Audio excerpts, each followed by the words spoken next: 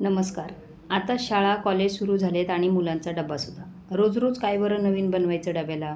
तर आज माझ्याकडे फ्रीजमध्ये जी भाजी शिल्लक राहिली होती तीच मी बनवली. तर त्यासाठी कढईत तेल तापलं की मोहरी, जिरा, कांदा छान परतून घेतला. थोडासा हिंग, हळद, टोमॅटो आणि आलं, लसूण, कोथिंबिरीची पेस्ट टाकून 2 मिनिटं परतून घेतलं. टोमॅटो मऊ झाल्यावर एक कच्चा बटाटा कापून घातला आणि एक वाफ काढली म्हणजे बटाटा लवकर शिजतो. त्यानंतर ताजा फ्लावर मध्यम आकारात चिरून गरम पाण्यात धुवून घेतला.